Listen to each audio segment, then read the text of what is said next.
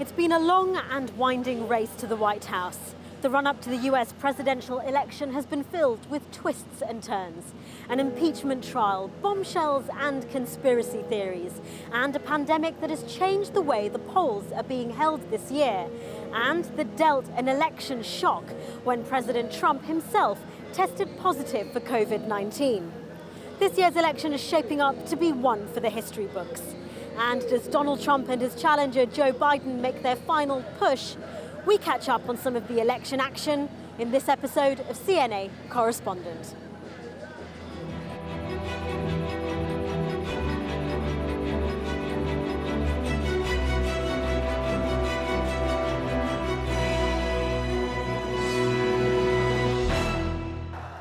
I stand before you to officially launch my campaign for a second term as President of the United States. Donald Trump has shaken up the position of president, unlike any of his predecessors. You're fired. He was a household name long before he announced his plan to be president. Who will succeed? Who will fail? And who will be the apprentice? He was the businessman turned apprentice TV star who'd built a global empire with his name adorning buildings around the world. We've known Trump for a long time, and the thing that defined Trump from the beginning is he was somebody who wanted to be important, wanted to be famous, wanted to be successful, and would tell you that he was those things. And he's used that pre-White House experience as a businessman and TV star to mold his presidency. He's very independent. He wants to do things his way. He wants to run his businesses and his company and the administration according to what he thinks is right. He never held political office before, so he brings an unorthodox outside approach that is largely coming from his business career. That means during his time in office, he's championed the art of making deals. This is a big win for the United States of America. This is a great trade deal. And he's added the element of showmanship. From the theatrics of meeting Kim Jong-un in Singapore to the game show dramatics of his most recent State of the Union speech. I am thrilled to inform you that your husband is back from deployment. He is here with us tonight. President Trump's often brazen leadership style, choosing straight talk over political correctness, is a trait that infuriates his critics, but is beloved by his base, and he's again relying on them to help win him the presidency. Throughout his time in office, he's held rallies, even during the pandemic, to energize himself and motivate his supporters. He says to them, other people are out to get you. The powers that be are against you, and they're against us. He makes himself one of them. But the difference between you, my followers, and me, the president, is that I'm in a position where I can fight for you. And that is a message that resonates with a lot of people, especially people who are frustrated. A staple of his presidency has been his attacks on what he calls fake news. I think it's a very nasty question, and I think it's a very bad signal that you're putting out to the American people. And much of his message, even presidential pronouncements and policies, have come through Twitter. I think you can see Trump's use of Twitter in the same way that you can think of Ronald Reagan's use of television news, right? Reagan understood the importance of getting on TV, a message of the day. And Trump understands that importance as well. Twitter and social media and, cable news are the mediums to communicate to the people. President Trump argues he's made America great again, and now needs another 4 years to make sure it stays that way. Joe Biden is hoping third time's a charm. He's failed in his bids to represent his Democratic Party in the 1988 and 2008 elections. But experts feel he's better positioned now for the task of leading the country. Really what makes this different for Joe Biden in the third time around is not Joe Biden, but the circumstance under which he finds himself. A country reeling from the pandemic, its economic fallout, and a re-examining of racial inequalities. I think that what's happened for Joe Biden is that his skill set and his narrative are sort of uniquely situated for this moment in time. Namely his experience and his empathy, both of which his team is leaning heavily on, especially given pandemic restrictions have robbed him of his on-the-ground handshakes and pats on the back campaigning style. I was sworn into the United States Senate in a hospital. Back in 1973, Biden started his political career in tragic circumstances, taking the oath of office just a few weeks after his wife and daughter died in a car crash, with his 2 young sons still in hospital. He famously travelled home from Washington to Wilmington every night to tuck his boys into bed, a round trip of more than 400 kilometres. Losing his wife and daughter, and then later his son Beau to brain cancer in 2015, shaped his outlook and ability to relate to voters. He has a direct connection and that ability to really feel people's pain in a very personal way, because he too has suffered great personal pain. Then there's his experience from almost 50 years of public service. Joe Biden knows how to lead through a crisis because he's done it before. He has a long foreign policy record and has forged relationships with other leaders. He argues serving as vice president during the financial crisis qualifies him to run the country, and doing so under President Obama is an important feather in his campaigning cap. To have the first African-American black president stand beside you and tell you and the American people that you're the partner that he needed in order to serve his presidency, 2 terms re-elected, is important. Some people are always in a hurry. They run when they could walk. But experience comes with age, and if elected, Joe Biden would enter the White House at 78, making him the oldest person to ever serve as president. Donald Trump has repeatedly attacked Biden's health and mental capability. His campaign is working hard to prove he's up to the job. I'm Joe Biden, and I approve this message. Tragedy and experience have moulded Joe Biden, he says, for the better.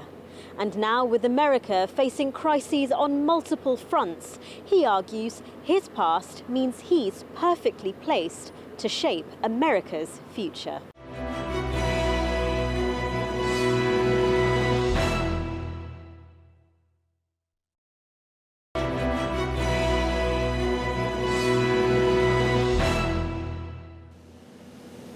Action and inaction in the White House.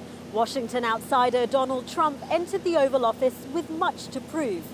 Since then, he's delivered on some big campaign promises.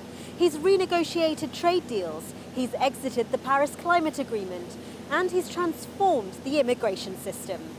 But there's still unfinished business. The president has broken more key promises than he's kept. His infrastructure plan has fallen apart. Mexico isn't picking up the bill for his border wall, and Barack Obama's Affordable Care Act hasn't been repealed. In the meantime, chaos in the White House. Firings and scandal have rocked the institution these past 4 years and may have permanently changed it. It's called Promises Made, Promises Kept. This is the Trump campaign's vision of the last 4 years. A land of promise, where the president keeps his pledges to the American people. Take a closer look at his record, though, and it's not so simple. President Trump promised to unleash America's economy, and up until early 2020, GDP growth was steady and unemployment was historically low. The coronavirus pandemic, though, changed all that. Second quarter GDP contracted by nearly a third, the worst ever, as the economy went into lockdown and the unemployment rate soared to almost 15% in April. Government's management of the pandemic has probably made things worse rather than better. So I think if you ask the question today, are you better off now than you were 4 years ago? I think the answer will be no. If you asked that question in January, a lot of voters probably would have said yes. Another campaign promise from 2016, a wall along the southern border of the US that Mexico would pay for. As of August this year, new barriers had been built along just 48 kilometres of the border. Several hundred kilometres of fencing has also been improved, but Mexico's government hasn't spent a single peso. On foreign policy, President Trump has delivered on some campaign promises, like pulling the US out of the Trans-Pacific Partnership and the Paris climate change agreements, as well as renegotiate the North American Free Trade Agreement. He's also brokered historic deals between Israel and 2 Arab countries, the UAE and Bahrain. There's been no progress on an Israeli-Palestinian peace deal. But for ex-Bush and Obama official Joseph Bosco, there's at least been a new approach. I saw within the administrations the kind of solidified thinking that the way things had been done in the past was the way we should continue doing them, even if the results were not forthcoming. So I think, that we all needed a shaking up, and we've gotten that from Trump for sure. If he doesn't win re-election, there's one part of President Trump's legacy that a President Biden wouldn't be able to undo. I, Brett M. Kavanaugh, do solemnly swear. He's appointed 2 Supreme Court justices, both men in their early 50s who can hold the position for life. And the recent death of another justice, Ruth Bader Ginsburg, gives President Trump the chance to handpick her successor. Joe Biden and the Democratic leaders in Congress, though, say it should wait until after the election in November. But with Republicans holding a majority in the Senate, President Trump could deliver on one more promise just before Election Day. Infected by COVID-19 and just out of hospital, President Trump films his return to the White House for a campaign video. He tells the public not to worry about the pandemic, which has killed more than 200,000 Americans. Don't let it dominate you. Don't be afraid of it. For some Americans, this is more evidence of the disorder of the Trump administration. For others, it's an example of their president's strength. But similar controversies started shaking the Trump White House long before coronavirus shook America. The Chief Justice of the United States. There's the impeachment trial, his refusal to condemn white supremacists, and a rapid turnover of key staff. President Trump has had 6 directors of communication, including Anthony Scaramucci. I'm going to spend a couple of weeks getting to know the people here. He lasted 10 days. The president's also gone through 4 national security advisors. One of them, John Bolton, accompanied him to the Singapore summit with Kim Jong-un. Bolton says the North Korean ruler and other world leaders like Vladimir Putin and Xi Jinping use these meetings to play President Trump. I think they saw Trump as a mark. And this pattern was also expressed as North Korea, certainly, and others tried to separate Trump from his advisors, me in particular, but also Pompeo, Pence, Kelly, Mattis, because they thought if they could get Trump alone, figuratively, if not literally, listening to them rather than listening to his advisors, they would have a better chance at getting agreements that were more beneficial to them. In his book on his time in the White House, John Bolton described the president as naive, erratic, and dangerous. There's always backbiting in a White House. That's in the nature of politics. This was the worst I'd ever seen it. The chaos in the president's own decision-making was a major factor. And a large part of it was just caused by the way the president, I thought, managed inadequately. Often, President Trump communicates his decisions via Twitter on everything from attacking opponents, announcing trade tariffs on China, or firing staff, including John Bolton, who says often the president is purposefully obtuse. I remember on a number of occasions he'd be drafting a tweet and he'd come to a phrase, let's say foreign policy, and he'd say capital F, capital P. And I'd say, why? And I'll clean the answer up a little bit. He said, because I like to mess with them. And so he'd misspell words, knowing he was misspelling them to irritate people. This was high statecraft at the White House. The idea of social media as a tool of government has divided Americans. For many, it's more evidence of Donald Trump's chaotic style of governing. For others, it's a direct and personal way of communicating with their president, a man many first got to know on a hit TV show. His presidency is an entertainment presidency. He gained attention because of his show, The Apprentice. But The Apprentice was a TV show. It wasn't reality. He's not really interested in being president. He's interested in playing the role of being president. And not surprisingly, that leads to dysfunction. So has this unlikely president transformed America's top job for good? Donald Trump's presidency has exposed some weaknesses in the American system, a number of which predated Donald Trump, and he took advantage of them. So I think it will take a lot of work. I think the system needs to be strengthened. But when and if that happens will depend on the election result and the willingness of the winner to make changes. Donald Trump's White House has operated like no other in history. If he continues to live here for another 4 years, the only thing we can predict is that it will continue to be unpredictable.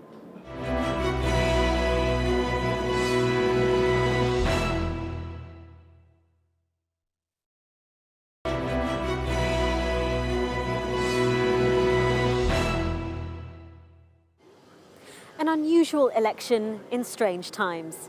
The COVID-19 pandemic has changed everything from campaigning to voting. Mail-in ballots are expected to reach a record high, and that's come under attack from President Trump.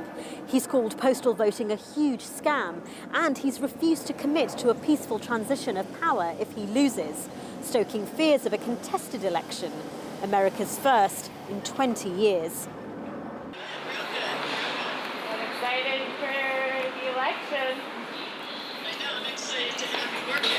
A call home is a chance to catch up and get some pointers. Lauren Kennedy is set to volunteer as a poll worker for the first time this upcoming election. In contrast, her mum has plenty of experience working at the polls on election day.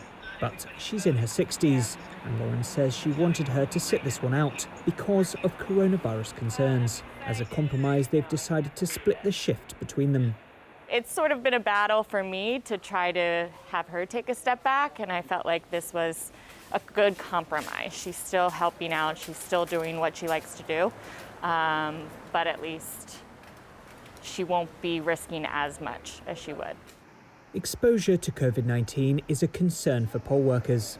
While polling stations across the country will be taking precautions, it's not without risk. More than half those that typically volunteer are over the age of 60. As we get older, we do tend to have chronic diseases. And so those chronic diseases are also a real risk as it relates to complications from COVID. It doesn't mean that you're more likely to be infected, but it does mean that if you are infected, you're likely to have a harder time clearing the virus. Efforts are underway across the US to recruit younger volunteers to help out at the polls this election. Recruiting poll workers has been an issue here in the US that predates the pandemic. In 2018, around 70% of jurisdictions reported difficulties finding sufficient volunteers. COVID-19 then compounded the problem.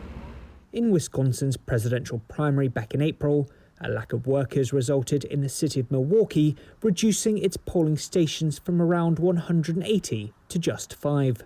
Voter rights groups like the Fair Election Center are working to provide resources for people looking to volunteer, in an effort to help ensure polling locations across the country will be adequately staffed. Every eligible voter in this country, regardless of how they vote, should get to do so in an easy and straightforward manner. And the key part of that being able to happen is having that infrastructure in place. Due to the pandemic, a record number of Americans are expected to cast mail-in ballots or vote early this year. But millions will still head to the polls on Election Day on November 3rd. The hope is a surge in new young recruits can be counted on to ease the voting process. Donald Trump will carry the state of Florida. This year's election night could be lacking a very important component, a result. Of the United States. Everyone should wait several weeks if needed for the outcome of the election. The old model of, all the TV folks sitting around and there's a call that night might not apply this year, and we shouldn't sort of panic if there isn't an immediate result. With many people expected to avoid in-person voting during the pandemic, mail-in ballots could hit record levels. Some states will accept votes up to a week after Election Day, as long as they're postmarked before November the 3rd. The American people have now spoken. but it's going to take a little while to determine exactly what they said. The US has seen disrupted elections before, the last one in 2000. That close contest between Al Gore and George W. Bush, with its hanging chads, butterfly ballots and recounts. It took 5 weeks to decide, the Supreme Court eventually stepping in to settle the matter, handing Florida's electoral college votes and the election to Mr. Bush. Joseph Geller was involved in recounting the ballots in Florida. I didn't see my office once for 36 days. We were working out of, what they call a war room, kind of day and night, sleeping on couches, getting home when you could. It was extremely difficult. It was very frustrating. But it could be even more frustrating this time round. This election may also have to contend with something that's so ingrained in American tradition that normally it's not even up for discussion: the peaceful transfer of power. President Trump has refused to guarantee he'll step aside if he loses, claiming without evidence mail-in voting is open to widespread fraud. Well, we're going to have to see what happens. You know that I've been complaining very strongly about the ballots, and the ballots are a disaster. I think it's highly likely that he will deny and deny and deny that he has lost. If the votes favor Biden, he'll say those votes are fraudulent. If it appears that Biden has won the election, Trump will say the election was rigged. And so he'll deny that he lost. And that's going to be the real issue, is actually getting him to make a concession. And that leaves Democrats concerned that 2000's tussle will seem tame compared to what's potentially ahead. I think we could end up in a situation far worse than 20 years ago. Everybody was prepared to abide by the rule of law and the results of the election. I'm not confident that that's the case now. Experts predict perhaps only a landslide on the night for either candidate will prevent a contentious, drawn-out election. More likely, it'll be harder to count on a quick result, especially one that all sides agree on. We're almost at the finish line now. Will there be change in the Oval Office? Or will Donald Trump get 4 more years to wrap up unfinished business? Number 46 takes the helm of a country in crisis. America's still in the grip of a pandemic. The economy's taken a beating. Fault lines have been exposed. For many US voters, the stakes have never been higher. And this fraught election may well be the most important choice they'll have to make in their lifetime.